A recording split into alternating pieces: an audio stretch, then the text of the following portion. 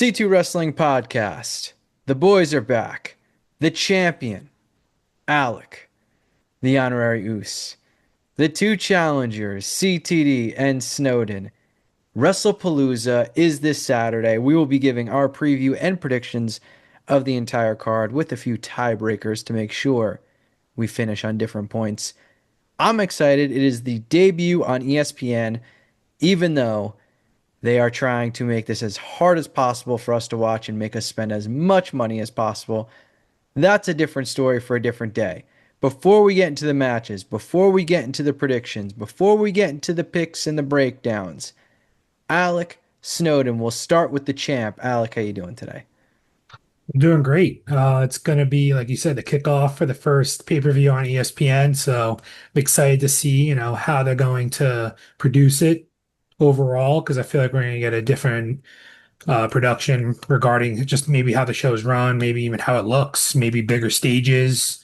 I'm very curious just to see on that aspect, but solid card. Very excited.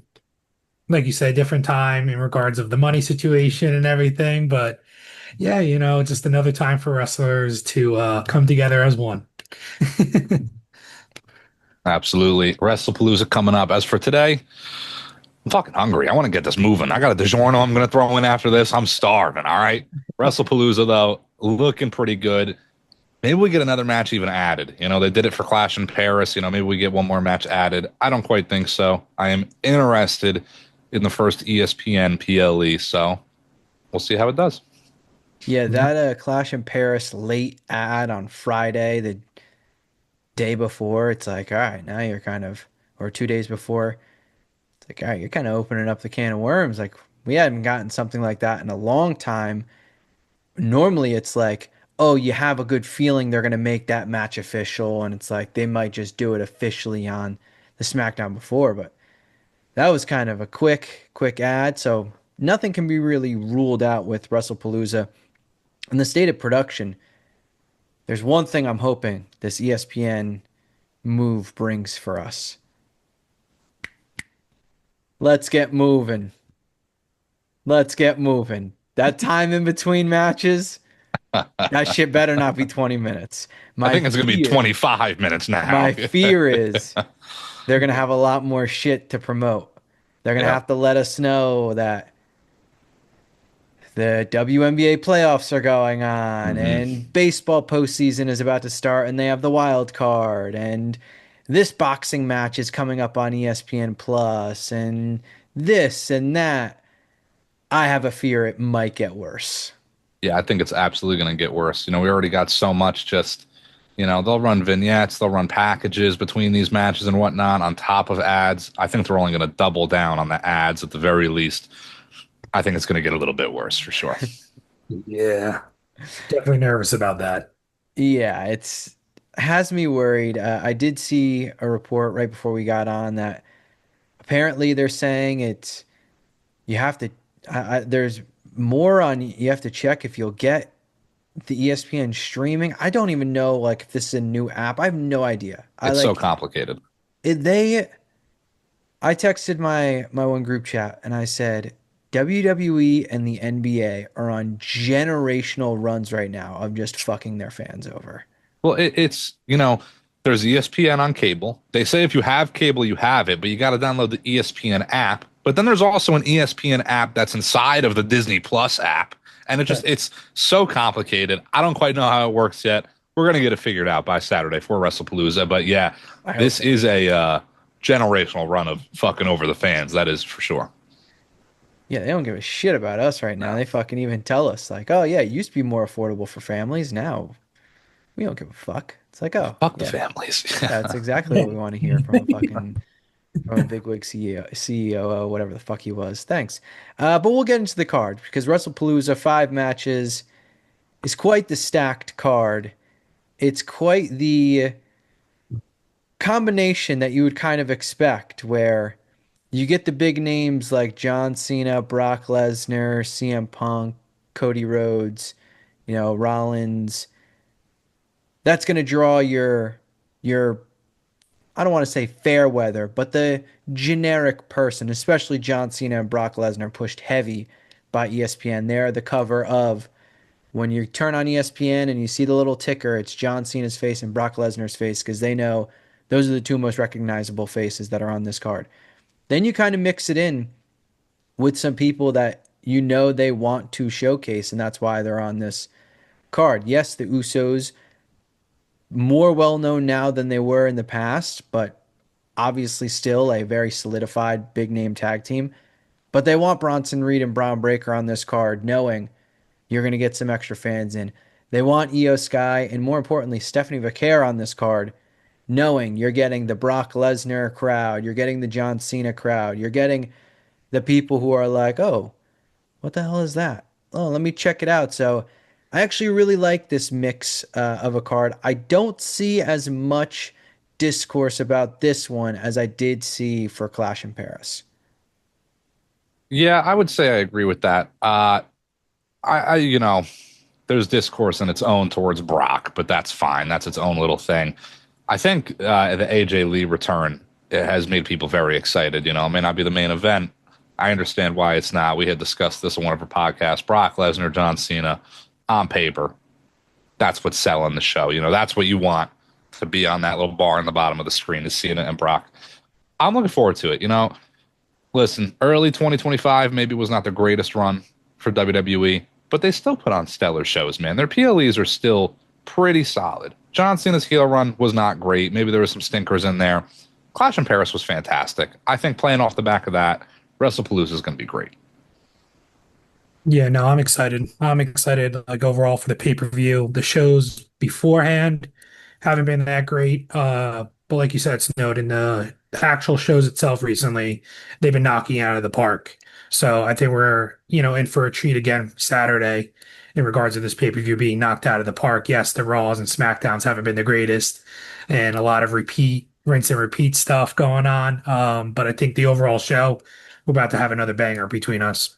Yeah, I think Clash in Paris, as much as there were complaints, it did also ease people that, oh, you know what? Maybe let's chill on judging things before they even happen. I mean, we all felt it was a really fun card, and the card ended up being really fucking good. I mean, was it the best PLE of the year? No, but it was up there. I mean, it was really Mhm. enjoyable from top to bottom.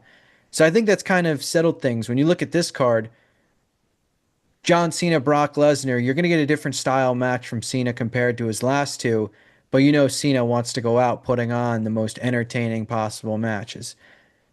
Becky and Rollins against Punk and AJ Elite sounds like a weird combination, but it's going to be a good match. There's going to be a ton of storytelling within this match. Cody Drew, guaranteed good match. Io Stephanie, you could argue that's going to be match of the night. That truly might be the best match of the night. And then Bronson Reed and Braun Breaker versus the Usos. I have zero worry in that match delivering. I'm very confident that will be an enjoyable match. So, that being said, let's get into the card itself, starting with the last match that I mentioned Bronson Reed and Braun Breaker, the Bronze, the Bronze, the Bronsons, whatever you want to call them, whatever the Usos have called them, whatever LA Knight has called them.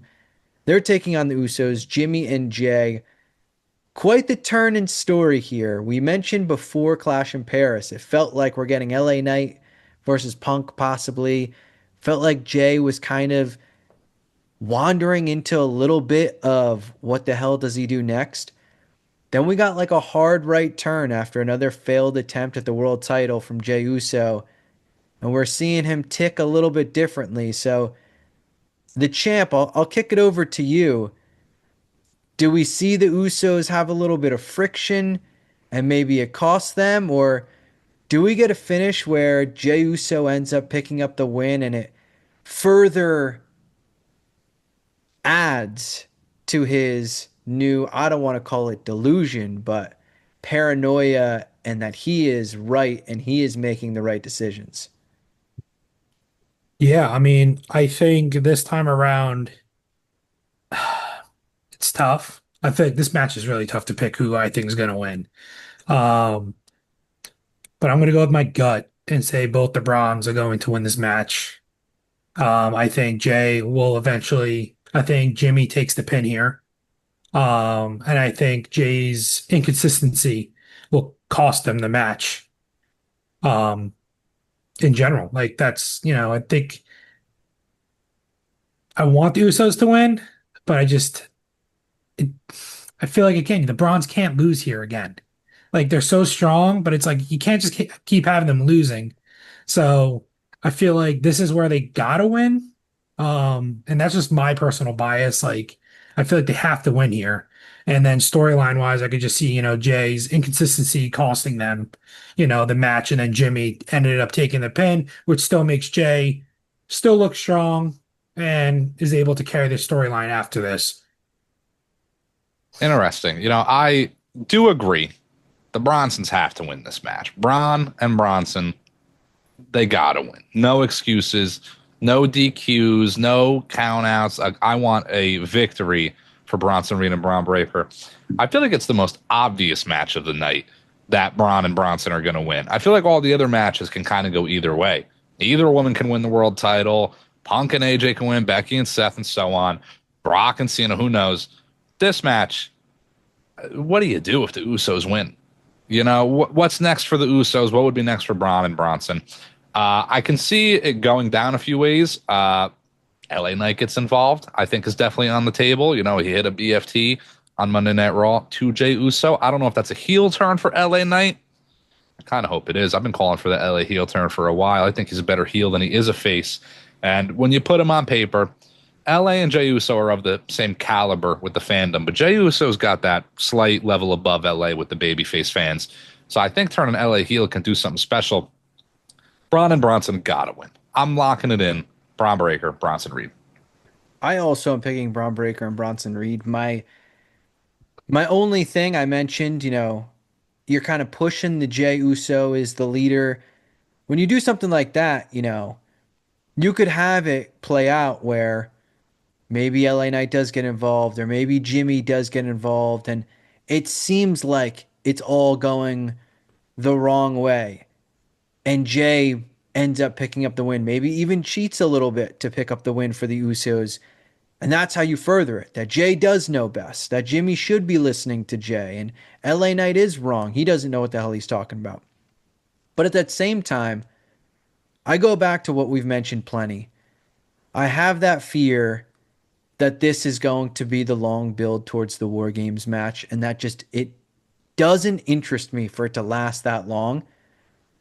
But if they're going to do the classic, can these guys get along? Can this group of misfits get along? Blah, blah, blah. Then Bronson Reed and Braun Breaker got a win here. And it's from dysfunction on the Usos side, or LA Knight gets involved, sticking his nose where it doesn't belong. Like, I agree with what you said, Snow. The long term story, the long term planning of all these people, the Braun's got to win. The twist I'll have, I think Jay gets pinned. I So think Jay gets pinned, and I think it happens where Jimmy isn't really following along, maybe doesn't take direction, or maybe tells Jay, stop telling me what to do, and it ends up biting them both, and Jimmy eats a spear, and then Jay eats a spear and Tsunami. So I'm going to go Bronson Reed and Braun Breaker win. Jay gets pinned by Bronson Reed. it's interesting you say it. I was going to wait until we got to the tiebreakers because it is a tiebreaker, but I'll throw it in here since we all did. I also have Jay getting pinned by Bronson Reed. The Tsunami seems like the end of the spear Tsunami finisher combo. It seems likely Bronson gets the pin. I like the idea of, as you said, Jimmy potentially not listening to Jay. Or again, I can see the world where LA comes in and hits a BFT on Jay, and that's who gets the pin. Maybe Jimmy's distracted. Who knows? I can see a couple avenues for either of them getting pinned. I never even considered one of the Brons taking the pin because I think they're going to win. Bronson Reed pins Jey Uso. Alec, Yeah, did you say who makes the pin? no, I'll take Bronson, but I did say Jimmy is going to take the pin and not Jay. Beautiful. Moving on. We have the Women's World Championship. Io Sky takes on Stephanie Vaquera. This, I don't know whether to say it's 50-50, 51-49. It to me is the most like, this is going either way. Because of these stories, I'd be shocked if Drew McIntyre won. Like, Hmm. I'd be shocked if that happened.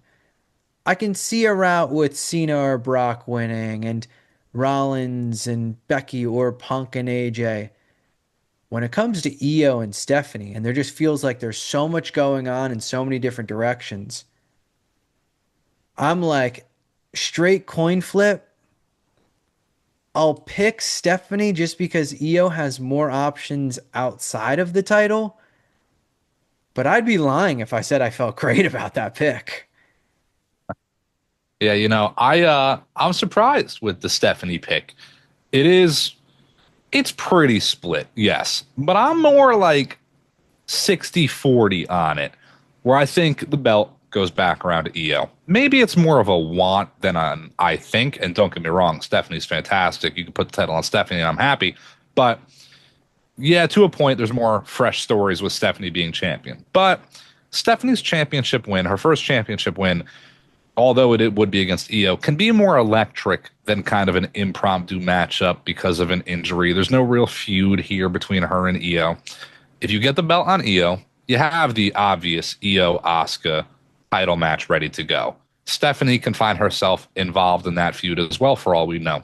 Stephanie can also then maybe just find herself back at the bottom, climbing up the ladder, having actual matches, actual feuds with some of these people, rather than just winning a battle royal to get there. I don't think the Stephanie win has been built up enough to grant her the victory here. Where you put the title on Io, she's established that Asuka match. I mean, it's gonna happen. We've been talking about it for ages. We are often people that say this feud doesn't need the belt. You don't have to put the belt in that feud, but they sure fucking could, and I think they're gonna. Io Sky wins her what, third, fourth championship? Yeah, I think it's a fourth or something. Yeah. Could be like her eighth. I have no idea. Yeah, sure. Yeah, I'm going to double down on with Snowden here. I think Io's going to win here. I also agree in regards. I definitely agree. It's a more like 50-50 here too. Like you be flipping the coin. I'll be happy for whoever wins. But I feel like just storyline, it's more established with Io. And then for Stephanie wise, I feel like she's got kind of again what Snowden kind of said, and just in regards of just there's more stepping stones I feel like she could take to get that big moment to win that title. I feel like, she was going to face, Naomi at this pay-per-view or the last pay-per-view, and I probably would have chose Naomi to retain there. But it still would have made Stephanie look strong. I still feel like that's the tempt here, that both of them are going to put on, possibly the match of the night here, and that Stephanie's still going to look very strong, and it's not going to ruin any reputation in regards of hers because she's such a character that is still getting built up and that fans are still, working towards in regards of like liking and getting over with. And I feel like she's not at that level yet. She's close, but it's going to take a few more pay-per-views and a few more big matches to really get to that level in regards of getting that big moment at maybe like a Mania. I'll kick it right back to you, Alec. Any chance we get Asuka, maybe Kyrie, maybe even Rhea comes out trying to stop Asuka, involvement that may help and or lead to an Io Sky win or loss. Yeah, no, I definitely could see there's a lot of storylines going on. That's why, again, it just makes more sense right now at this current moment for Io to win the title. Because again, there's new fresh storylines you could start with Steph. But with all the storylines going on with Rhea and then going on with Asuka and Kairi Sane, there's a bunch of storylines that can filter in regards of maybe costing Io the title, like the chance of winning the title, or just helping her win the title. So again, that's why I just feel more confident in regards of just maybe Io taking the belt again here just for a little bit, and then eventually Stephanie will win the title because she is going to win the title, within in the next few months. Yeah, just to add on to that real quick, I think, Naomi dropping the title, this is your opportunity to hot potato that title a little bit until Naomi eventually returns. The match on paper with Stephanie Naomi, I think that's still the match when Naomi returns.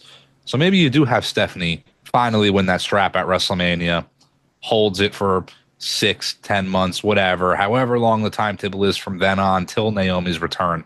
But until then, and from now to WrestleMania, you put it on Io. You can have Asuka win it off at Io. You can flip it back. Maybe Rhea gets another win in there. Whatever.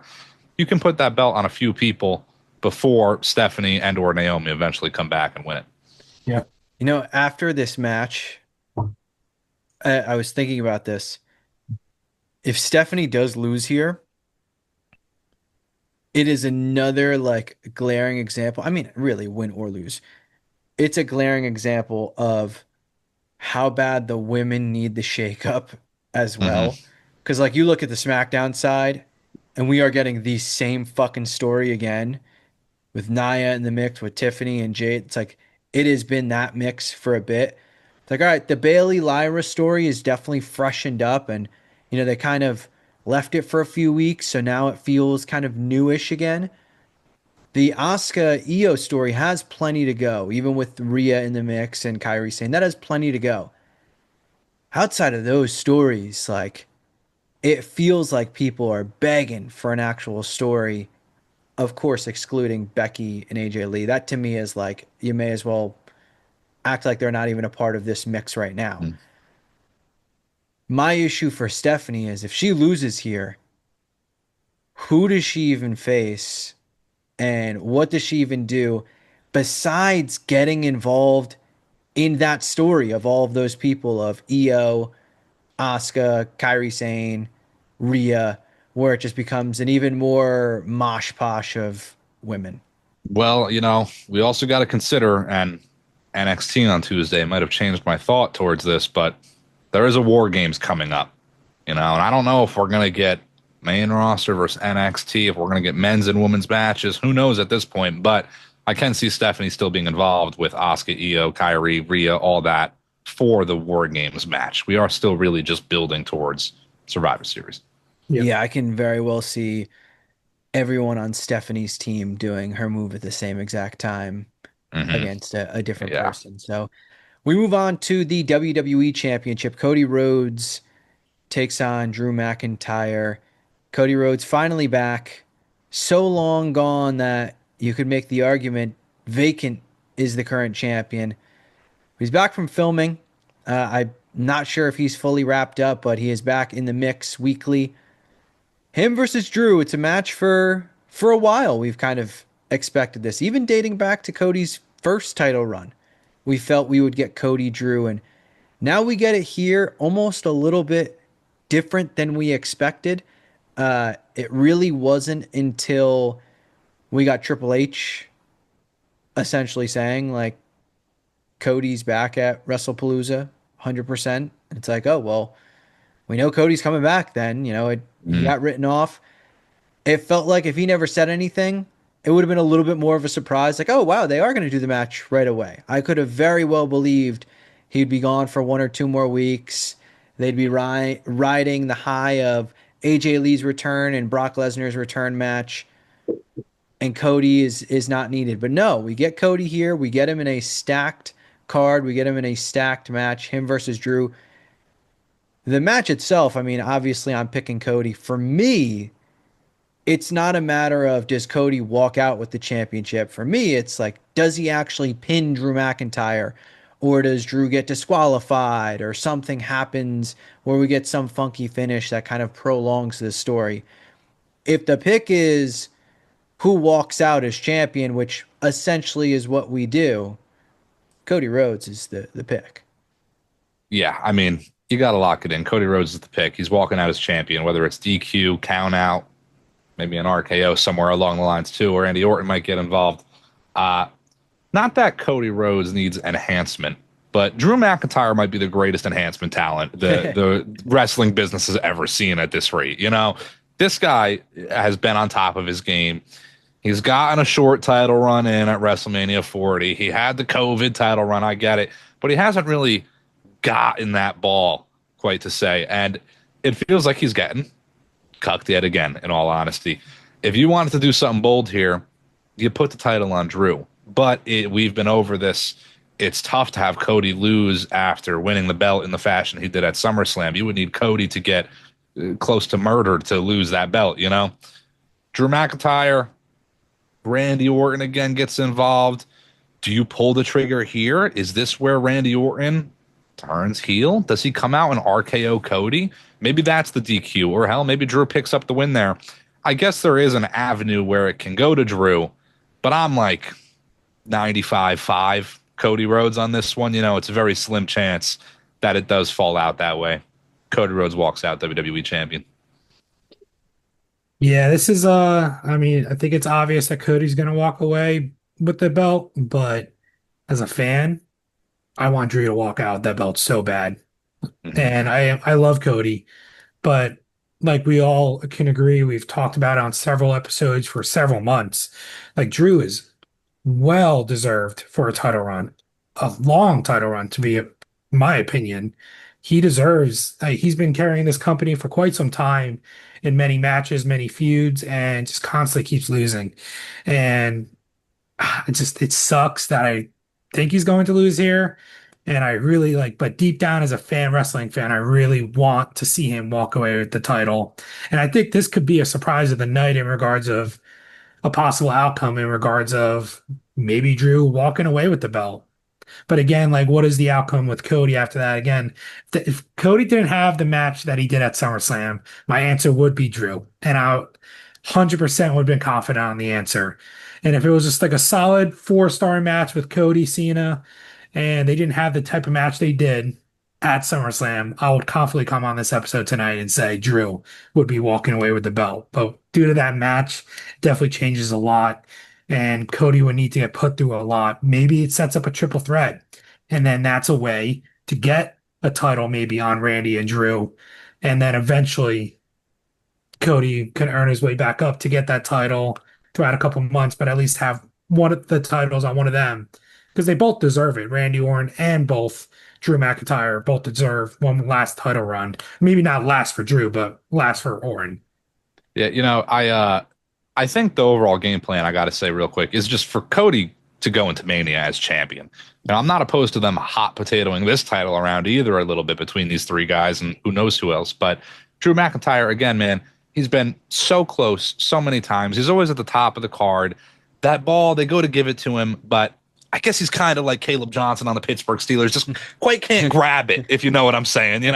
I really don't know how much time, not that Drew doesn't have years left in his career, but how many more main events can he be in and just lose the big one and lose the big one and lose the big one before people don't give a shit anymore?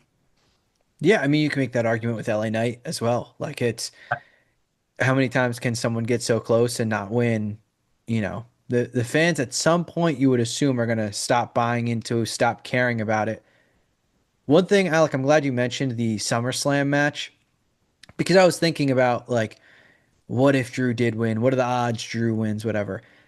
There was two main factors that I thought of that, like, I would be going into this match feeling more like maybe Drew does have a shot.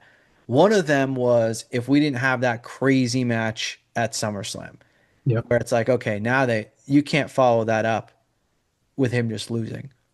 The other one was I know the timeline obviously doesn't work out for this, but if this title match was happening before Cody was about to leave for a little over a month, and you can think like, yeah, I mean, maybe they do have him drop the title and he's not going to be on TV for around a month, and then he comes back and they face again, and maybe he just wins it back fairly quick, whatever. Then you can kind of do the mental gymnastics of fantasy booking, like, oh, okay, I could see him dropping the title actually if he's Yep. not going to be there for, a month and a half, and oh, he just, has another kid now. That would have been more like, all right, I can see that path. With those things seemingly in the rear view mirror and how SummerSlam went down, I would be quite shocked if Cody wasn't still the champion after Wrestlepalooza. But it does feel this is kind of a bit of scratching the surface, even though they've had months of them at least teasing their friction or having their issues. So I'm looking forward to this match. I won't lie. These last two matches, though, this is where this is the nitty gritty. This is the meat and potatoes of this card. I love Cody, Drew. I love Io, Stephanie. I love the Braun Brons versus the Usos, but that's your vegetable. That's your side dish. That's your drinks. These are the encore. The encore. This is your encore. This is your The dark matches? yeah, exactly. This is your main thing. This is your steak. This is your dessert. This is the big stuff. We'll start with the mixed tag team match. Seth Rollins and Becky Lynch, husband and wife, against CM Punk and AJ Lee, husband and wife. AJ Lee's return match. I'm not going to lie. I don't even know where to begin. I know where to begin. And it's with what I want versus what I think is going to happen. Okay. Now, we'll start with what I think is going to happen. I think AJ Lee pins Becky Lynch in this match. I think they're going to go the easy route. They're going to send the crowd off a bit happy with AJ Lee. Brock Lesnar follows that up. I don't know what's going to happen there. So I think they're going to want to give the crowd a good happy go lucky moment. AJ Lee lights it up, gets the win over Becky Lynch. What I want Seth Rollins to curb stomp the ever living shit out of AJ Lee. Gets Becky in the ring. Becky gets the pin on AJ while Punk is handcuffed to the rope or some shit. We discussed this on a podcast a week or two ago. This is your moment to double down on how heelish Seth and Becky can be. They are obviously the antagonist, the protagonist in this situation. Punk and AJ are over the moon. But good God, how do you continue it? How do you double it down? There's many ways. AJ probably gets an IC title match. I get it. Punk gets a world title match, especially if Punk and AJ win. But how do you get Punk and AJ on Monday Night Raw to be coming for next of Seth and Becky? I mean, maybe AJ isn't for a week or two. Maybe she's written off. I want them to go bold. And I don't want Becky just to beat the brakes off AJ. I want Seth to get his hands on her as well. I think that's how you do something crazy. That's how you leave the crowd going, oh my God. That would be epic. It's making me laugh just thinking about it. Get the cinder blocks there too, like Dean Ambrose, and just Yeah. right into the cinder He'll blocks. do the Roman stomp, the two. Oh. Yeah, the double stomp. Yeah, yeah. I was in the crowd actually for the Extreme Rules match. So this is actually cool that I'm doing this episode this time around because I was in Seth's and Becky's mixed tag match when they were against Lacey Evans and Baron Corbin. And Baron Corbin hit the end of days on Becky, and the crowd, myself, erupted. And my wife didn't really was like getting into wrestling at that time, and she was like, whoa, like in the crowd, got a reaction from not really a wrestling fan, but now she's a big wrestling fan now. But at the time, she wasn't. To see her reaction, I agree with you, son. That'd be amazing. I mean, the crowd would erupt if you hit a curb stomp. Like, I mean, that's like one of the deadliest finishers in all of WWE. And oh man, that would be epic. But I feel like the most predictable way here is unfortunately, I think Seth and Becky are going to lose. Do I think they should? No. Because again, long term, I feel like to take them more serious as a heel, and they're both champions. That's the thing I have an issue with. They're both champions. If one of them were champions, then you could have the other one take the pin. Simple. But they're both champions here. I feel like having both champions lose in a match here. Yeah, they're both huge stars, AJ Lee, and then as well as CM Punk. But I just love them all. I know you're not a big Becky supporter here, Nope. but I think they're all, you know, they're the top of the company right now, all four of them. And as much as AJ's been gone for many years, she's still on top of the company automatically coming back. So having her win the return match is the right move, currently at this moment. But man, I would love a curb stomp on AJ. I think that would be, oh, I would freak out. That would be Create a amazing. moment. Just Yeah. create a moment. So you're going AJ and Punk, Yeah. and who pins who? Oof. Yeah, just go AJ Becky here. So that's what I was thinking. I did have a part of me. Raw kind of threw me a little bit for a loop with that segment where it felt like, oh, this is ending with Punk and AJ getting the upper hand again in the War of Words, and it ends up being Rollins and Becky have this great plan. Now, I loved the way that finished. It did kind of feel like there was a new wrinkle brought into this match, but I kind of go back to the like, and then what? Like if Rollins and Becky beat Punk and AJ, they'd have to do it with help. And it's like, is that how we're gonna do it? And it's like just the most obvious shit ever that the Bronze get involved and take out Punk and whatever. They find a way to screw him over. It's just like that just feels so meh. And like I'm not saying that Punk and AJ just winning is like this incredible outcome. But if it was the main event, I would start like going crazy with the possibilities. So, oh, they're going to finish the show with a bang or they're going to do something crazy. Like if this is closing, it's they're going to do something nuts or something out of left field. The fact that it's not closing, I just think it's like the bland answer. I think Punk and AJ win. I think AJ pins Becky. It helps further AJ Becky and potentially sets up that match. The interesting part is this isn't a part of our predictions, but I'm not convinced either Punk or AJ win the titles that Seth Rollins and Becky Lynch have. That's why I think they win the match here. Because I think this is a little bit of maybe they win the battle and not the war. Yeah, I definitely see your point there. I think they might win this battle and not the war. Again, what I want and what I think are going to happen are two different things here. I think they're going to go happy-go-lucky, AJ and Punk win. I don't think they win the belts at Survivor Series per se.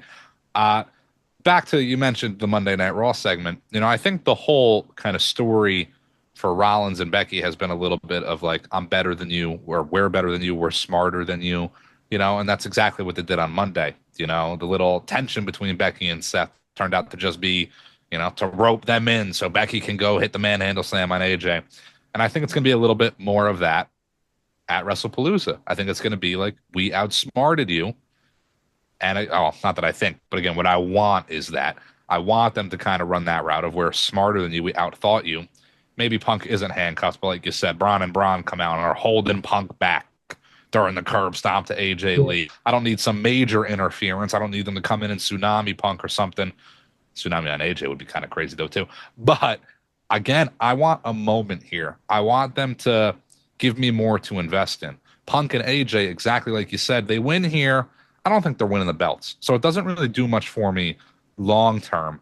Or at least if Becky and Seth somehow get that super heelish type win out, it has me very ready to tune in to see what happens next with all four people. What before we go to the main event, the decision that I like why I decided I think they're going to win here, specifically as well, if you think if Punk and well not Punk, sorry, Seth and Becky win here, that means probably the Browns would have to lose. You can't have their entire faction lose all in the same night, which again doesn't does justice for their faction to all take an L on the same night against the Usos and then against AJ and CM Punk. So this is why you have the Bronze win their match and then have Punk and AJ win their match so it doesn't, completely really ruin the faction because you can't have them both lose in the same night. And it Have them both also, win. you I could. mean, that's true too. Yeah. And it also circles back to what I mentioned during the Bronze versus the Usos. If you had to bet on some form of combination being the War Games match, Rollins' faction, the Usos, LA Knight, and Punk in some combination. Right now, that's the front runner. Whether they do it or they don't, I don't know. How do you get there? The vision's got to be relevant. Punk and AJ, if they just keep losing, losing, and the Usos keep losing, who gives a shit? You got to like split these wins up. I don't want to say cause tension in the vision already, but cause a little bit of that disarray. So then they get the upper hand on a Monday Night Raw and take everybody out. and then it gets you to your war games. If it's just one side constantly getting the upper hand, constantly getting the upper hand, it just kind of just waters down the outcome. And then on top of it too, with Punk and AJ winning here, I wouldn't count out the Vision being the ones to win that War Games match if there were to be said War Games match. If you're going to get there, that might put a bow on the Rollins Punk story or all of these things. And if we're going to have Rollins the champion, then this is how you have to go. Yeah. I agree. I do think it will water down, the storylines in the future. I'm still, again, based off NXT. I don't know if War Games is in the future for this main roster. I think it might be NXT versus main roster, but we'll see. Possibly. I mean, we're also getting the tease of TNA being in the mix of Hmm. going after NXT. So who knows? That's interesting stuff. That's a whole nother conversation for another day. We'll get to the main event, though, which gives us plenty of time to talk about Brock Lesnar versus John Cena. 6 dates left. There's not many matches, there's not many appearances, but we have one guaranteed. John Cena takes on Brock Lesnar. What's interesting about this? Before I get into the pick, before we start really breaking this down, what's interesting about this? They're not pushing the one last time as much as they did for a Randy, as much as they did for a Punk. I'm not saying they're going to face again, but with Saudi being right around the corner, Brock always goes to Saudi pretty much. Them not really pushing one last time. It feels like we might get a Brock win and it sets up a rematch and Cena beats him. I have a weird feeling they face twice and they just split 1-1. I don't really see Brock coming back, facing Cena once, losing, and then moving on. Like that just doesn't, something doesn't feel right about that. It feels like there's something missing if that were the outcome. My pick is Brock, but I feel like there's so much more to talk about this match. But I just wanted to get my pick out of the way and pass it along to you guys. Yeah, I'm going to double down on that. My pick is Brock for the exact same reasoning. They're going to run this match back. Now, it could be at Saudi. I could see maybe Cena does even win the Wrestlepalooza match, but my pick is Brock. But I can see Cena getting somebody fresh at Saudi. Dom Mysterio versus Cena, but Brock comes out again. It's an AA on Cena again. Maybe cost him the match this time. I can see them running that back almost identical to SummerSlam, and then maybe they face at Survivor Series. In no way do I want them to run it back. I don't hate Cena versus Brock one last time WrestlePalooza. It sells the card. It's a good matchup. It's Brock Lesnar. It's John Cena. I don't see any reason to really hate on it. I see a lot of reason to really hate on it running back when Cena's only got 6 dates left. In no way do I want that, but I do think it's the route they're going. They can go 1-1. Cena doesn't need to win 2-1 against a guy like Brock Lesnar. Cena getting that one win over Brock is enough to give Cena the victory in the feud. Brock Lesnar wins at WrestlePalooza. Cena wins the next matchup. Yep, it's going to be a triple tie here. I'm going Brock Lesnar because, yeah, I kind of agree on that. As they were pushing a lot of one last time for these last couple matches with Cena, and this time around, it's really the complete opposite, which makes it also seem like this is going to be another time they're going to do this feud. How, when they're going to do it. Again, the Saudi crowd can do it. You're guaranteeing Cena to be there. Brock, is a good money maker. But then I'm going to the aspect of, Brock being, he was a big ESPN guy. And this is first ESPN pay-per-view. Brock Lesnar coming back, former UFC guy. Now, as he's been in WWE, he's more known for WWE, but a lot of people do know him from UFC as well. I feel like that also plays a factor into the advertisement part of it and having Brock main event beating Cena. I could see this even being almost like a SummerSlam 2.0 type of Brock squashing Cena again, taking him to Suplex City and squashing Cena to maybe pushing Cena to really like step up his game. Like this isn't the kids that you're wrestling recently. Like I'm back, I'm serious. Maybe putting that extra level on Brock again because Brock was away for quite some time for obvious reasons. So maybe this is a way to get Brock back into serious contention again, even though his name really doesn't need that. But maybe this is the way of booking it. I do have to be fair weather Chris and bring up the other side for Cena winning. There is a weird part of me that could see this is going to sound crazy on paper, but I think it makes sense.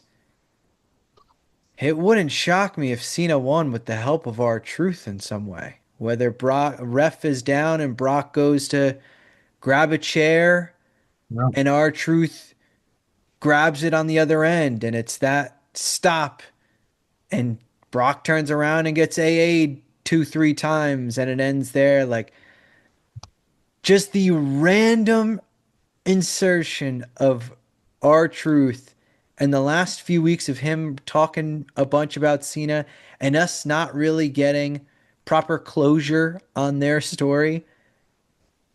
It almost feels like, and to give R-Truth the moment as well, because he deserves it. I wouldn't be shocked if that's how it went. And this is just Cena versus Brock one time, and Truth stops Brock from some cheating when the ref is down, and it leads to John Cena picking up the win and going to his final dates with Brock in the rearview mirror. Yeah, I could see it. It's not impossible that this is just a one-off, but it is kind of lining up to happen again. I can see R-Truth still getting involved, but this match also just happening again. Again, I love the matchup, Brock versus Cena. It is part of my issue with this PLE, though. I love the card. I think it's gonna be a great PLE. Brock versus Cena, AA at SummerSlam, sure, or F5, I should say, at SummerSlam. Have they been in the ring together since? You know, they've not face to face. You got Brock on SmackDown, then Cena's on Raw. This build could be so much better. Io versus Stephanie, no shade on the matchup, but again, it's a little thrown together due to circumstances with Naomi. Usos versus Braun, cool. That's being built pretty well, I guess. They got at least a feud going on there. And then you look at Punk AJ and Seth and Becky. That match is being built pretty well too. But then Cody and Drew again. Cody's been away. This has been drawn out. They're getting Orton in there to fill some slots. Two of the bigger matches on this card are three, I should say, kind of just thrown together in a weird way, not great builds. I'm expecting something to happen, is my greater point. One of these matches, you would typically expect the main event, Brock versus Cena, something's going to happen, right? It can't just be cut and dry. Brock wins or Cena wins and everybody leaves. Maybe R-Truth does come out and that's their big something, although that isn't as big as some other things. Does someone else come out? Someone attack Cena after, attack Brock? Does this set up something entirely different for the future? Even if Brock and Cena go again, it's not a one-off for Brock. He's going to wrestle again. Yeah, 1000%. I agree. I I am kind of interested with it being the main event, and it's like Brock hasn't. I don't want to say he hasn't been the main event. He's fucking Brock Lesnar, but match card wise, when we last saw him, he wasn't the guy who goes on last. This combination, though, we talked about it on our last podcast, and we would have went with AJ and Punk as the main event in just for a few other reasons. But if we're just talking straight up names, ESPN, what is going on? It's John Cena's retirement tour. He's facing Brock Lesnar, one of the biggest stars ever. They have a historic rivalry. I'm not saying what Punk and Rollins and Becky and AJ have isn't special. I'm not talking down on that. It doesn't surprise me that this is what they went with for their marketing. It's all you see. It brings me to the next aspect of this match. Alec, you've already kind of touched on it. You mentioned you think we could get a SummerSlam 2.0 where this is a Brock squash. A piece of me would have agreed with that until we got Cena being like, the Cody match has changed my outlook. these final matches, I want them to be special. It feels like there's been a little bit of a shift from let's play the hits Yes. to Cena, just go out there and ball. And Brock's good matches are like a unique avenue where it's like it's still a Brock match. It still has a million suplexes, which is one of our tiebreakers that we'll get to. It still has a shit ton of finishers from both sides.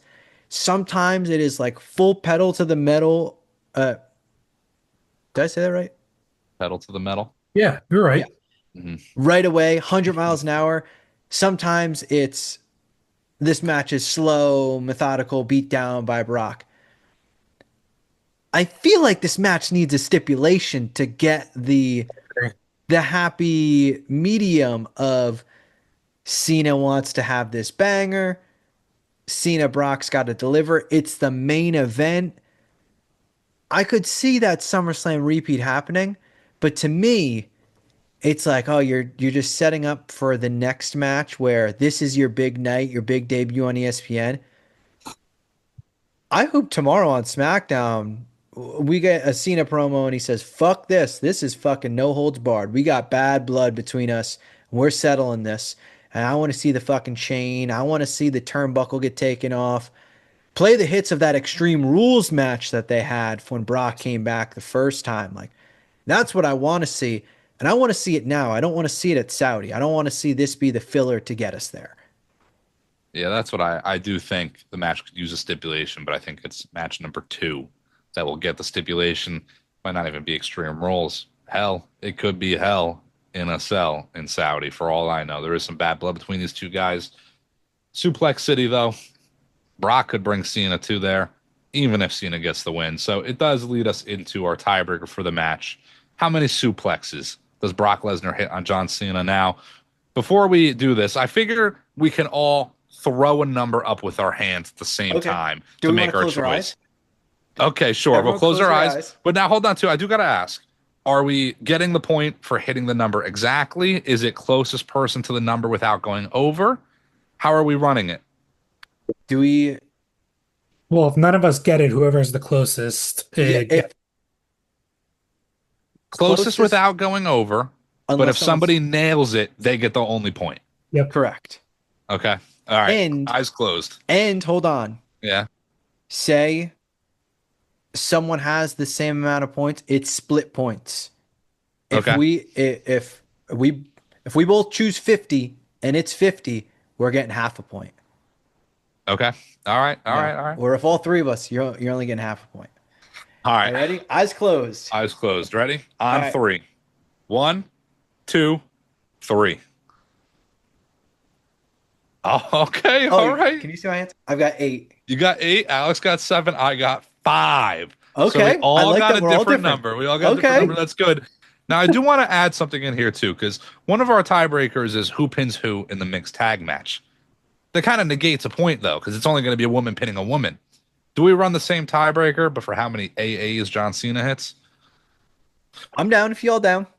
Yeah, I'm I'm down. down, too. I think it's going to be a totally different number than the Brock suplexes. Okay. And he put a lot on Cody, so you never know how many he's going to put on Brock. But all Eyes right. closed.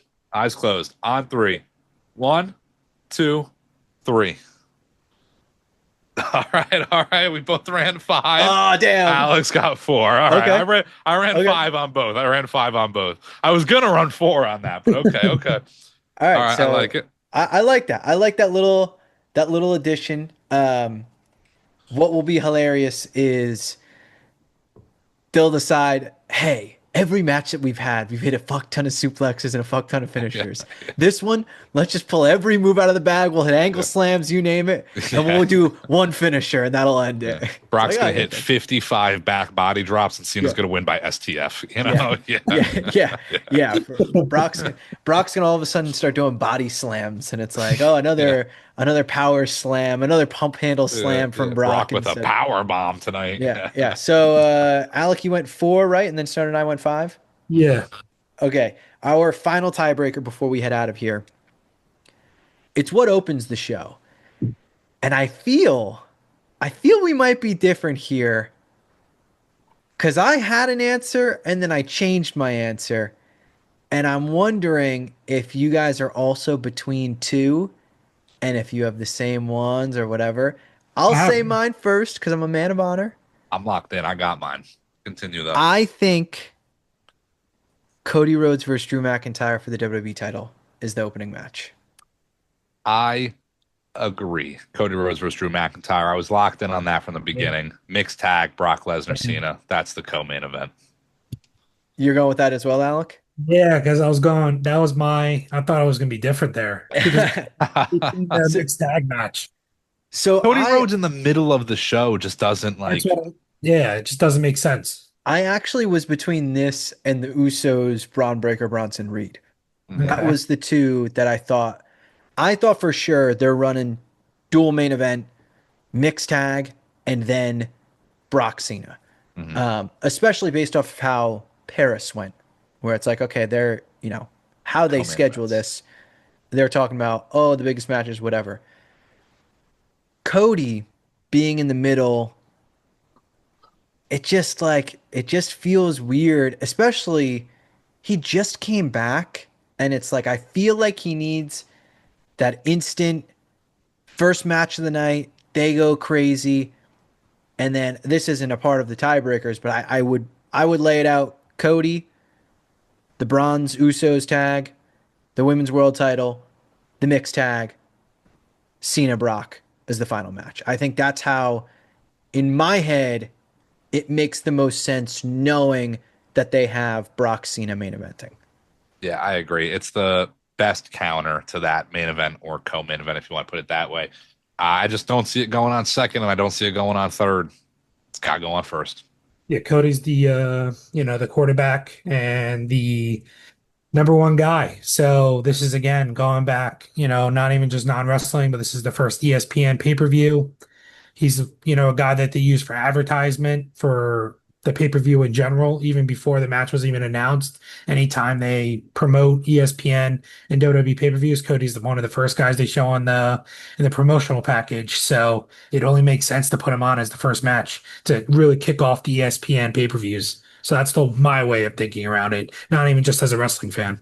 Honestly, that's a great point by you as well, just in the fact of you know they'll want to mention or want it in history books that the first ever match on ESPN, PLE, whatever, was for the WWE Championship. They want to put like it was balls to the wall instantly. Not saying the Bronze versus the Usos is some lackluster tag No. match, some lackluster match. Jay's entrance alone is an incredible opening. But that's where it kind of feels a little bit on the repetitive end where we got that at SummerSlam as the opener. Uh, we got it in Paris as the opener. Roman, Roman, yeah, yeah, yeah. like that same storyline being the opener pretty much all the time, and it fucking opens Raw every goddamn week. And closes it pretty Yeah, much. and Totally. closes it. So it's like I feel like that one can slide into the second slot and be just fine. And what Paris told us, it doesn't matter if you're the first match, if you're the fourth match, if you're last, you're gonna get time with these given cards. Yep. I would be shocked if any of these matches are less than 15 minutes. I think even Brock Cena, even if it is kind of a beatdown, they'll find a way to drag that out a bit and it'll get into the double digits. There's 5 matches. The ad times in between are going to suck for sure. Maybe we'll see Tyrese Halliburton get involved and this time be cheered because he's amongst his home fans. But I'm excited. Before we go, match of the night. What's it going to be, Alec? Match of the night. Your Oof. own personal, like not Oh yeah, no, I not know. like I'm going to stick with my original is going to be Cody Drew. I'm very excited about this match. I love Drew.